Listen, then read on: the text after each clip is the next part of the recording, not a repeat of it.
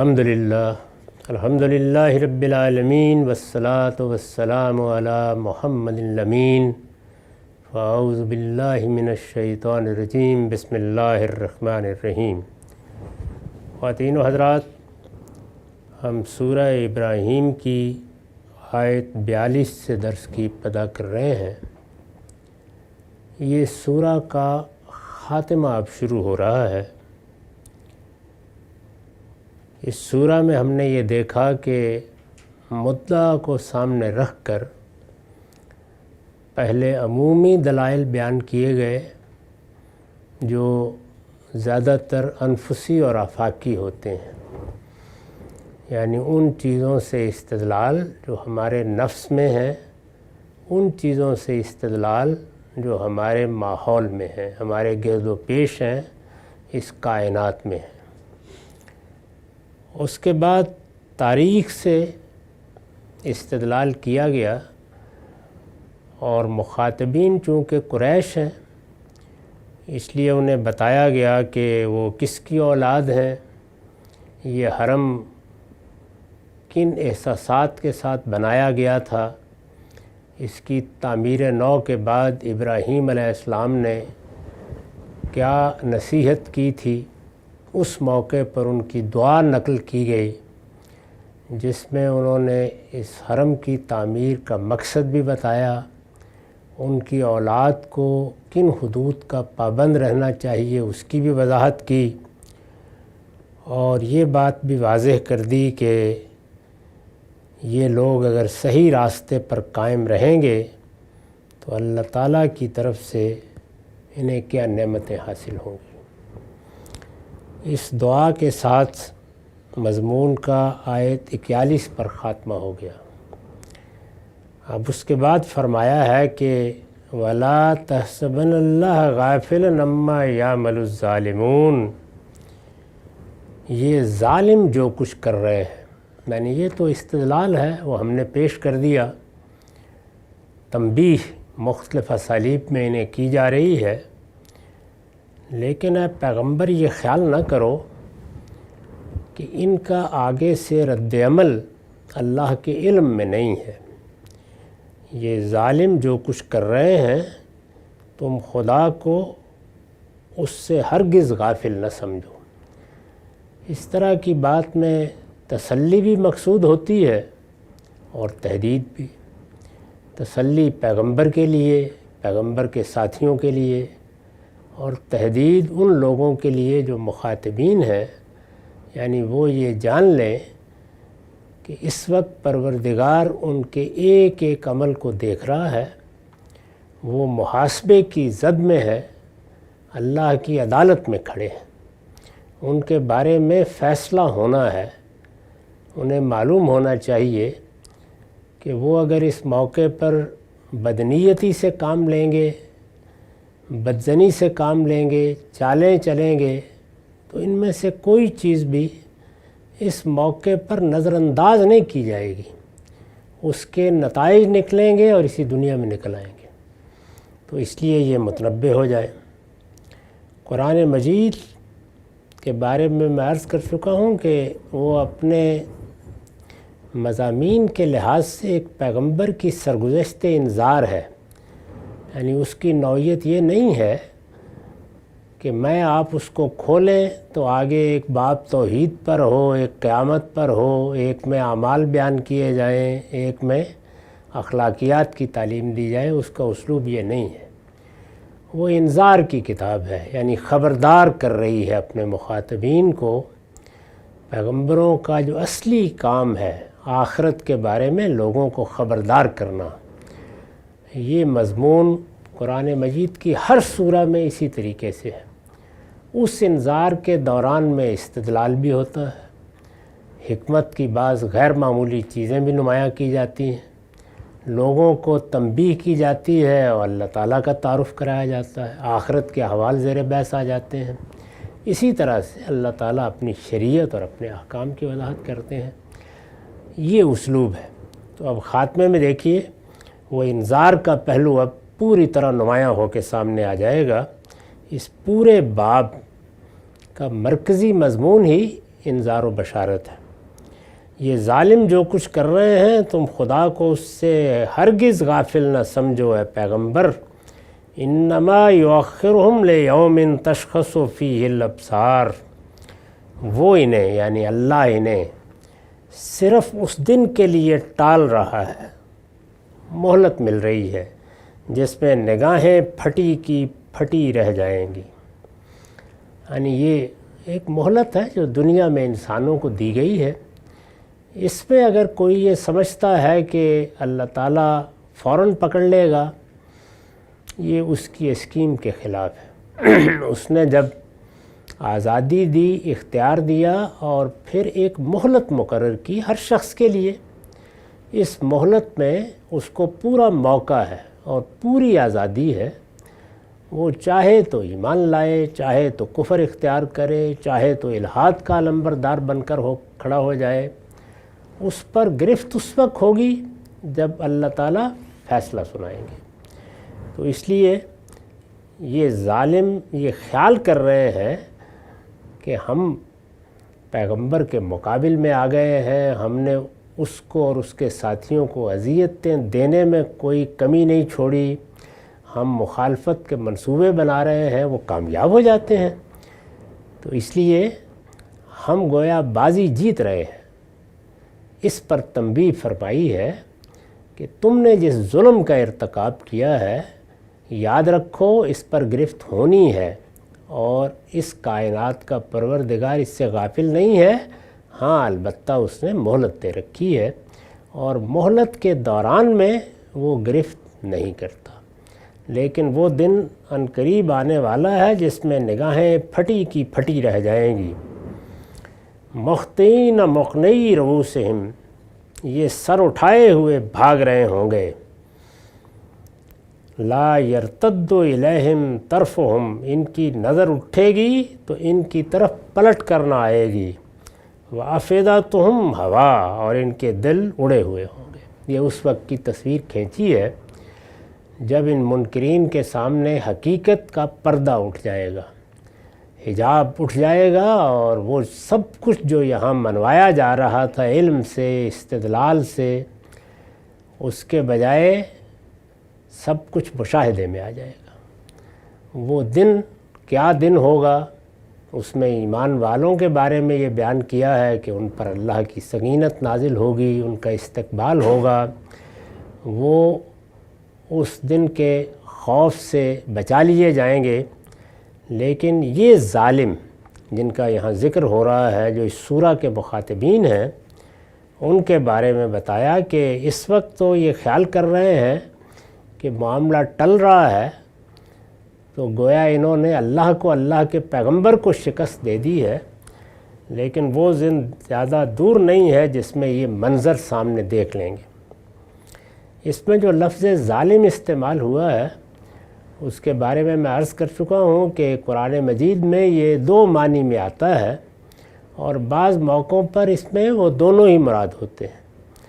یعنی جب اللہ تعالیٰ کے مقابل میں کوئی شخص شرک کا ارتکاب کرتا ہے تو یہ اپنے آپ پر ظلم ڈھانا ہے، اس کو قرآن کہتا ہے ظالم لنفسہ، یعنی انسان نے ظلم کیا ہے، کسی دوسرے پر نہیں، اپنے اوپر ظلم کر لیا ہے۔ کفر اور شرک یہ اپنے اوپر ظلم ہے، اور جس وقت کوئی آدمی کسی کو قتل کر دیتا ہے، کسی کی جان مال آبرو کے خلاف زیادتی کرتا ہے، تو یہ دوسرے پر ظلم ہے، یہ ظالم لغیرہ ہی ہو گیا اب وہ۔ تو دونوں طرح کا ظلم قرآن مجید میں اس لفظ سے تعبیر کیا جاتا ہے۔ فرمایا کہ یہ ظالم جو کچھ کر رہے ہیں تم خدا کو اس سے ہرگز غافل نہ سمجھو اے پیغمبر، وہ انہیں صرف اس دن کے لیے ٹال رہا ہے جس میں نگاہیں پھٹی کی پھٹی رہ جائیں گی۔ یہ سر اٹھائے ہوئے بھاگ رہے ہوں گے، ان کی نظر اٹھے گی تو ان کی طرف پلٹ کرنا آئے گی، اور ان کے دل اڑے ہوئے ہوں گے۔ وَأَنذِرِ النَّاسَ يَوْمَ يَأْتِيهُمُ الْعَذَابُ، تم ان لوگوں کو اس دن سے خبردار کر دو۔ یعنی یہ خیال نہ کرو کہ اللہ نے ان کی کرتوتوں کو دیکھا نہیں ہے، وہ ایک ایک چیز کو دیکھ رہا ہے، اس پر نگران ہے۔ تمہاری ذمہ داری یہ ہے کہ جس کام کے لیے تمہیں مبعوث کیا گیا ہے اس میں کوتاہی نہ ہو۔ وانذر الناس، تم ان لوگوں کو اس دن سے خبردار کر دو، یوم یاتیہم العذاب، جس دن انہیں عذاب آ لے گا، یعنی جب اللہ تعالیٰ کی گرفت ہو جائے گی، فیصلہ سنا دیا جائے گا، انہیں خبردار کر دو۔ انسان اللہ تعالیٰ نے جس طرح بنایا ہے، بالعموم ذرا دانشور قسم کے لوگ یہ خیال کر لیتے ہیں کہ اس کو تنبیہ، تہدید یا جزا و سزا کی ضرورت نہیں ہے۔ یہ فلسفیانہ تعمق ہے، اس کے سوا کچھ نہیں۔ دنیا کا نقشہ اس کی تردید کرتا ہے۔ فوجیں رکھنا پڑتی ہیں، پولیس بنانا پڑتی ہے، عدالتیں قائم کرنا پڑتی ہیں۔ فلسفیانہ لیکچر دے کر دنیا کو نہیں چلایا جا سکتا۔ یہ بہت اچھی بات ہے کہ انسان علم و عقل کی روشنی میں حقائق کا ادراک کرے، لیکن لوگ نہیں کرتے۔ اس دنیا کا نظم جزا و سزا پر قائم ہے۔ اللہ تعالیٰ نے صاف صاف بتا دیا ہے اپنے پیغمبروں کی وساطت سے کہ یہ دنیا عدل کے اصول پر نہیں بنائی گئی، یہ امتحان کے اصول پر بنی ہے، اور ہر شخص بارز امتحان میں ہے۔ اس کے علم کا بھی امتحان ہو رہا ہے، اس کے عمل کا بھی امتحان ہو رہا ہے۔ اس امتحان کا نتیجہ نکلنا ہے۔ اس میں اللہ تعالیٰ نے اپنے پیغمبر بھیج کر جس حد تک ممکن تھا اپنا تعارف کرا دیا ہے، یہ بتا دیا ہے کہ کس اصول پر امتحان لیا جا رہا ہے، یہ بتا دیا ہے کہ اس میں مقصد کیا ہے، کس چیز کو حاصل کرنا ہے، غایت کیا ہے اس امتحان کی، اور یہ بتا دیا ہے کہ اس کا نتیجہ کیا نکلے گا۔ تو یہاں اب سورہ نتائج کی طرف بڑھ رہی ہے۔ استدلال پیچھے بیان ہو گیا۔ تم ان لوگوں کو اس دن سے خبردار کر دو جس دن انہیں عذاب آ لے گا۔ فَيَقُولُ الَّذِينَ ظَلَمُوا رَبَّنَا أَخِّرْنَا إِلَىٰ أَجَلٍ قَرِيبٍ، اس وقت یہ اپنی جانوں پر ظلم ڈھانے والے کہیں گے۔ اوپر بھی فرمایا تھا یہ ظالم، اور یہاں اس کی وضاحت مزید کر دی۔ تم ان لوگوں کو اس دن سے خبردار کر دو جس دن انہیں عذاب آ لے گا، اس وقت یہ اپنی جانوں پر ظلم ڈھانے والے کہیں گے کہ اے ہمارے رب، ہمیں تھوڑی سی مہلت اور دے دے۔ کس لیے مہلت مانگیں گے؟ نجب دعوتک ونتبع الرسل، تھوڑی سی مہلت اور دے دے، ہم تیری دعوت قبول کر لیں گے اور تیرے رسولوں کی پیروی کریں گے۔ یعنی وہاں پہ سب فلسفے فراموش ہو جائیں گے، ساری سرکشی نکل جائے گی، حقائق جب سامنے آ جائیں گے، وہ مشاہدہ بن جائیں گے، تو اس وقت مہلت مانگیں گے۔ فرمایا مہلت ہی تو دی تھی میں نے، یعنی جب تمہیں دنیا میں بھیجا تھا تو اسی مہلت کے ساتھ بھیجا تھا، اور ہر لحاظ سے آزادی دی تھی۔ میں نے کوئی گرفت نہیں کی، تمہیں پورا موقع دیا تھا کہ تم چیزوں کو سمجھو، جانو، گفتگو کرو، بحث کرو، سچے طالب علم بنو، نتائج تک پہنچنے کے لیے جد و جہد کرو۔ مہلت ہی مہلت تھی۔ اب کیا کہتے ہو؟ نجب دعوتک ونتبع الرسل، تیری دعوت کو قبول کر لیں گے اور تیرے پیغمبروں کی پیروی کریں گے۔ اولم تکونوا اقسمتم من قبل ما لکم من زوال، فرمایا اب کہہ رہے ہو کیا تم اس سے پہلے قسمیں نہیں کھاتے رہے تھے کہ تم اپنی جگہ سے ہٹنے والے نہیں ہو؟ اس وقت تو بڑے تم تراک کے ساتھ، بڑے زور کے ساتھ یہی کہتے تھے کہ ہم نے جو کچھ سمجھا، جانا، ہمارا موقف صحت پر مبنی ہے، ہمارے آباء کی روایت پر مبنی ہے، ہم کس طریقے سے اپنے اس موقف کو چھوڑ سکتے ہیں؟ اقسمتم من قبل ما لکم من زوال، کیا تم اس سے پہلے قسمیں نہیں کھاتے رہے تھے کہ تم اپنی جگہ سے ہٹنے والے نہیں ہو؟ وَسَكَنْتُمْ فِي مَسَاكِنِ الَّذِينَ ظَلَمُوا أَنفُسَهُمْ، تم انہی لوگوں کی بستیوں میں آباد تھے جنہوں نے اپنی جانوں پر ظلم ڈھائے تھے۔ یعنی پیچھے تاریخ بھی موجود تھی. تمہیں معلوم تھا کہ اس سے پہلے جن قوموں نے یہ رویے اختیار کیے ان کے ساتھ کیا ہوا. یہ سرزمین عرب چونکہ ایک زمانے میں پیغمبروں کی بعثت کا مرکز رہی ہے. یہ عاد، سمود، قوم شعیب جن کا ذکر آتا ہے، یہ سب اسی سرزمین یا اس کے نواح میں آنے والے پیغمبر ہیں. اور ان کی بستیاں بھی تھیں، ان کی تاریخ بھی آباء و اجداد سے منتقل ہو رہی تھی، اور وہ جگہیں جہاں عذاب آیا اور اللہ نے گرفت کی وہ بھی عبرت کا نشان بنی ہوئی موجود تھی. تم انہی لوگوں کی بستیوں میں آباد تھے جنہوں نے اپنی جانوں پر ظلم ڈھائے تھے. یہ بتدریج کھول دیا ہے کہ اوپر بھی جس ظلم کا ذکر ہو رہا تھا اس میں غلبہ اسی ظلم کا تھا. جب کوئی گروہ، کوئی فرد اپنی جان پر ظلم ڈھاتا ہے، یہ نتیجے کے لحاظ سے ہے.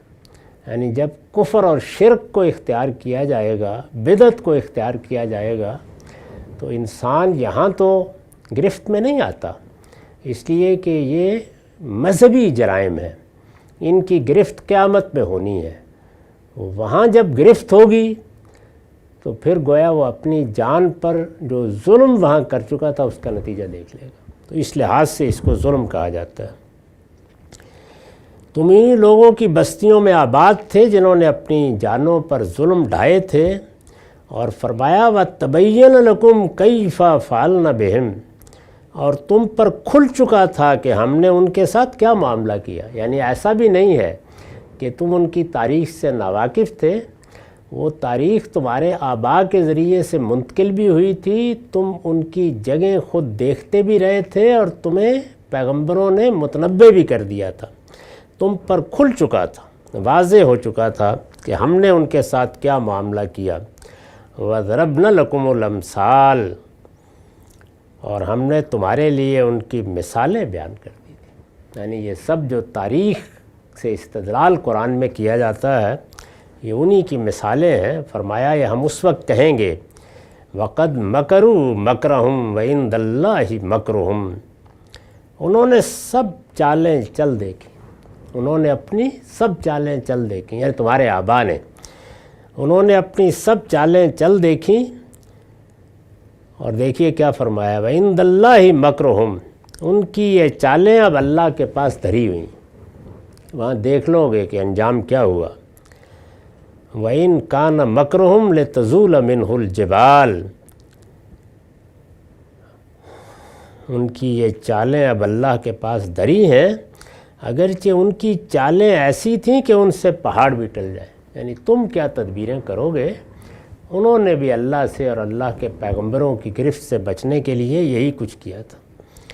یہ اگر اس کے اسلوب کے لحاظ سے دیکھیے تو بہت غیر معمولی طریقے سے یہ سب بات بیان ہوئی ہے. اس کو سن لیجئے ایک بار پھر. اَوَلَمْ تَكُونُوا أَقْسَمْتُمْ مِنْ قَبْلُ مَا لَكُمْ مِنْ زَوَالٍ وَسَكَنْتُمْ فِي مَسَاكِنِ الَّذِينَ ظَلَمُوا أَنفُسَهُمْ وَتَبَيَّنَ لَكُمْ كَيْفَ فَعَلْنَا بِهِمْ وَضَرَبْنَا لَكُمُ الْأَمْثَالَ وَقَدْ مَكَرُوا مَكْرَهُمْ وَعِنْدَ اللَّهِ مَكْرُهُمْ وَإِنْ كَانَ مَكْرُهُمْ لِتَزُولَ مِنْهُ الْجِبَالُ،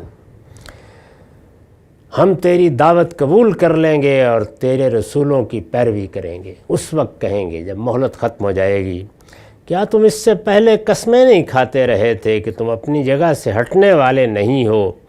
تم انہی لوگوں کی بستیوں میں آباد تھے جنہوں نے اپنی جانوں پر ظلم ڈھائے تھے، اور تم پر کھل چکا تھا کہ ہم نے ان کے ساتھ کیا معاملہ کیا، اور ہم نے تمہارے لیے ان کی مثالیں بیان کر دی تھیں.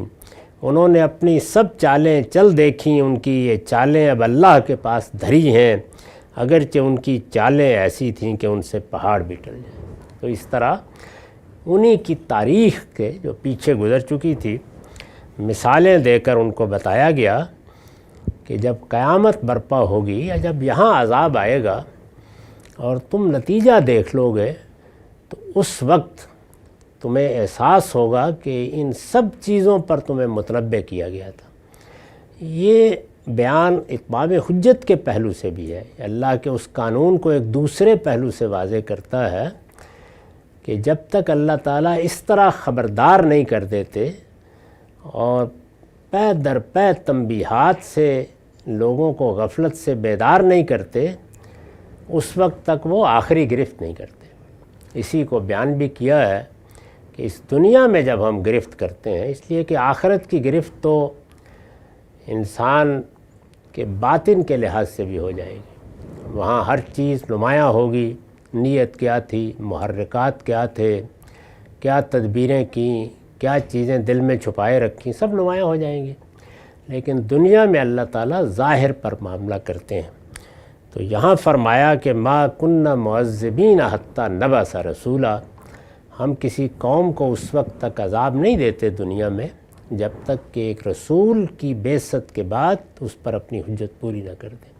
یہاں اصل میں انہی کا حوالہ دیا ہے قریش کو جو اس سورہ کے مخاطبین ہیں کہ ایک نگاہ ڈال کے دیکھ لو، تم نے بھی یہی کیا، تمہارے آبا بھی یہی کرتے رہے ہیں کہ اپنے موقف پر ڈٹے رہے، مکابرت، ضد اور عناد کے ساتھ پیغمبروں کے مقابلے میں کھڑے ہو گئے۔ انہوں نے یہ خیال کیا کہ وہ اپنی جگہ سے ہٹنے والے نہیں ہیں۔ ان سے پہلے بھی ان کے لیے تاریخ کی مثالیں موجود تھیں، تمہارے لیے بھی موجود ہیں۔ ہم نے اپنی طرف سے کوئی کسر نہیں چھوڑی کہ ہر چیز کو واضح کر دیں، لیکن تم اللہ کے مقابلے میں چالیں چل رہے ہو۔ اللہ کے مقابلے میں کس کی چال کامیاب ہوئی ہے؟ تمہارے آبا کی چالیں بھی اس کے ہاں دھری ہوئی ہیں، تمہاری بھی وہیں پہنچا دی جائیں گی۔ تو اس لیے ہوش گوش کے ساتھ سنو تمہارے ساتھ کیا ہو رہا ہے۔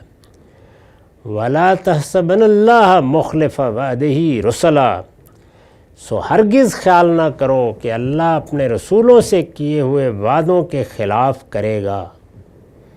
یعنی اللہ تعالیٰ نے اپنے رسولوں کے ساتھ جو وعدے کیے ہیں وہ پورے ہوں گے، ہر حال میں پورے ہوں گے۔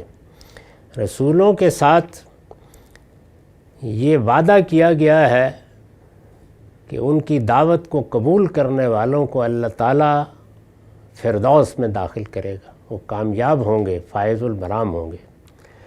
ان کے ذریعے سے منکرین کو وعید سنائی گئی ہے کہ اگر ان کی بات نہیں سنو گے، علم و عقل سے کام نہیں لوگے، ہٹ درمی اور ضد اور عناد اختیار کرو گے تو دنیا ہی میں گرفت کر لی جائے گی، اور آخرت تو بہرحال آنی ہی ہے۔ اس دن سب کو انفرادی طور پر فرد فرد کر کے اس پروردگار کی عدالت میں کھڑا ہو جانا ہے۔ تو یہ بتایا گیا کہ اللہ تعالیٰ کے بارے میں غلط فہمی میں مبتلا ہو کر نہ رہو۔ اللہ تعالیٰ کے بارے میں ایک خواہش ہے جو فلسفے کی سطح پر پیدا ہوتی ہے، اور پھر ایک غلط فہمی ہے جس کو لوگ اپنے دل میں پال لیتے ہیں۔ فلسفے کی سطح پر انسان یہ خیال کرتا ہے کہ اس کائنات کا مالک ہے، دنیا جہان کا بنانے والا ہے، اگر ہے تو اس کو بس مہربان خدا ہونا چاہیے، وہ کسی کو سزا کیوں دے گا، اور ہم انسان بہت معمولی حیثیت رکھتے ہیں، ہمیں سزا دے کر اس کو کیا ملے گا۔ اس کے نتیجے میں فلسفیانہ سطح پر ایک بڑا سوال پیدا کیا جاتا ہے کہ مہربان خدا عالم کیوں پیدا کرتا ہے، اور مہربان خدا سزا کیوں دے گا۔ اسی سے غلط فہمی جنم لیتی ہے، اور انسان پھر اللہ تعالیٰ کی مہربانی کے ظہور کی مختلف صورتیں فرض کرنا شروع کر دیتا ہے۔ اس سے شرک کے بہت سے مظاہر پیدا ہوتے ہیں، باطل شفاعت کے تصورات پیدا ہوتے ہیں۔ تو یہ جو مذہبی عناصر کے اندر رہ کر غلطیاں ہوتی ہیں وہ قرآن میں سب زیر بحث آئی ہیں۔ قرآن مجید نے اللہ تعالیٰ کا تعارف کرایا ہے، اللہ کی ذات تو ہمارے حیطہ ادراک میں آتی نہیں، اس کے بارے میں بتا دیا گیا ہے کہ انسانی علم میں دو ہی چیزیں ہو سکتی ہیں، یا کوئی چیز انسان کا مشاہدہ بنے گی، اور یا اگر وہ مشاہدہ نہیں بن سکتی تو اس کو تمثیل کے انداز میں سمجھایا جا سکتا ہے۔ جیسے کہ جنت دوزخ کے بارے میں قرآن نے یہ کیا کہ ان کا مشاہدہ نہیں ہے تو یہاں کی چیزوں سے مثال دے کر ایک تصور قائم کر دیا۔ اللہ تعالیٰ کے بارے میں تنبیہ کی گئی کہ لیس کمثلہ شیء، اس کو کسی چیز پر قیاس نہ کرو، یعنی اس جیسی کوئی چیز نہیں ہے، تو نہ دیکھ سکتے ہو، وہ حیطہ ادراک میں نہیں آتا، نہ اس کی کوئی تمثیل ہو سکتی ہے، البتہ اس کی صفات کا تعارف کرایا گیا، اور وہ بھی متشابہات کے طریقے پر، چونکہ کچھ تھوڑا سا ان صفات کا پرتو انسان میں ڈالا گیا ہے، تو اس لیے سمجھنا ممکن ہو گیا ہے۔ لیکن سمجھنے کا مطلب کیا ہے؟ یعنی کیا ان صفات کا احاطہ ہو جائے گا؟ اللہ کا علم کیا ہے ہم اس کے آخری حدود جان لیں گے؟ اس کی قدرت کیا ہے اس کو گرفت میں لے لیں گے؟ یہ ہمارے لیے ممکن ہی نہیں ہے۔ تو اس پہ تنبیہ کی گئی ہے کہ ایاز قدر خود بشناس، اللہ تعالیٰ کا اتنا ہی تعارف تمہارے لیے کافی ہے، اور وہ بھی اس کی صفات کا، جس حد تک تمہیں اس سے معاملہ کرنا ہے۔ تو ارشاد فرمایا کہ ان اللہ عزیز ذو انتقام، وہ مہربان ہے، اس نے یہ قرآن نازل کیا ہے تو ہر سورہ کی ابتدا کی ہے کہ اللہ رحمان و رحیم کے نام سے، لیکن یہ خیال نہ کرو کہ وہ زبردست اور انتقام لینے والا نہیں، وہ سزا بھی دے گا۔ تمہیں اس طرح کا خدا ناپسند ہے تو ہوا کرے، وہ ہے، اور جب ہے تو اس کو پیش نظر رکھو۔ سو ہرگز خیال نہ کرو کہ اللہ اپنے رسولوں سے کیے ہوئے وعدوں کے خلاف کرے گا۔ یہاں ظاہر ہے وعید کی نوعیت کے وعدے مراد ہیں۔ یقیناً اللہ زبردست ہے، وہ انتقام لینے والا ہے۔ یوم تبدل الارض غیر الارض والسماوات وبرزوا للہ الواحد القہار، اس دن کو یاد رکھو جب یہ زمین دوسری زمین سے بدل دی جائے گی، اور آسمان بھی، اور سب تنہا بے یار و مددگار اللہ واحد و قہار کے سامنے نکل کھڑے ہوں گے۔ یعنی یہ زمین و آسمان، ان پر قیامت گزرے گی، اور یہی سب کچھ جو تم دیکھ رہے ہو، پوری کائنات، یہ ایک نئی کائنات میں تبدیل ہو جائے گی۔ وَتَرَى الْمُجْرِمِينَ يَوْمَئِذٍ مُقَرَّنِينَ فِي الْأَصْفَادِ، تم اس دن مجرموں کو دیکھو گے کہ زنجیروں میں جکڑے ہوئے ہیں۔ سرابیلہم من قطران وتغشی وجوہہم النار، ان کے لباس تارکول کے ہیں اور ان کے چہروں پر آگ چھائی ہوئی ہے۔ لیجزی اللہ کل نفس ما کسبت، یہ اس لیے کہ اللہ ہر شخص کو اس کی کمائی کا بدلہ دے۔ ان اللہ سریع الحساب، بے شک اللہ جلد حساب چکا دینے والا ہے۔ ھذا بلاغ للناس، یہ لوگوں کے لیے ایک اعلان ہے، اس لیے کہ ان پر حجت پوری ہو جائے۔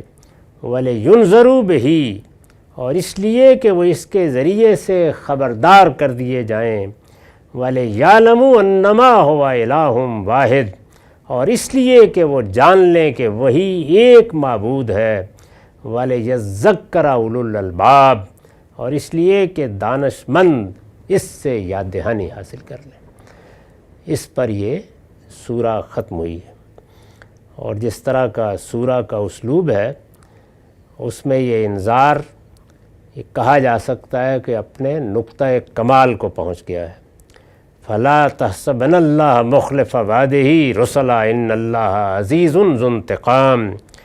یوم تبدل الارض غیر الارض والسماوات وبرزوا للہ الواحد القہار۔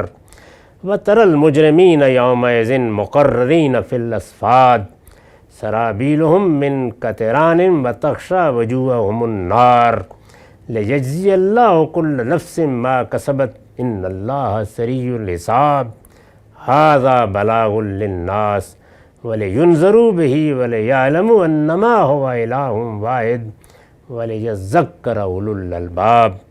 سو ہرگز خیال نہ کرو کہ اللہ اپنے رسولوں سے کیے ہوئے وعدوں کے خلاف کرے گا۔ یقیناً اللہ زبردست ہے، وہ انتقام لینے والا ہے۔ اس دن کو یاد رکھو جب یہ زمین دوسری زمین سے بدل جائے گی، اور آسمان بھی، اور سب تنہا بے یار و مددگار اللہ واحد و قہار کے سامنے نکل کھڑے ہوں گے۔ اس دن تم مجرموں کو دیکھو گے کہ زنجیروں میں جکڑے ہوئے ہیں، ان کے لباس تارکول کے ہیں اور ان کے چہروں پر آگ چھائی ہوئی ہے۔ یہ اس لیے کہ اللہ ہر شخص کو اس کی کمائی کا بدلہ دے۔ بے شک اللہ جلد حساب چکا دینے والا ہے، یہ لوگوں کے لیے ایک اعلان ہے، اس لیے کہ ان پر حجت پوری ہو جائے، اور اس لیے کہ وہ اس کے ذریعے سے خبردار کر دیے جائیں، اور اس لیے کہ وہ جان لیں کہ وہی ایک معبود ہے، اور اس لیے کہ دانش مند اس سے یاد دہانی حاصل کر لیں۔ وآخر دعوانا الحمدللہ۔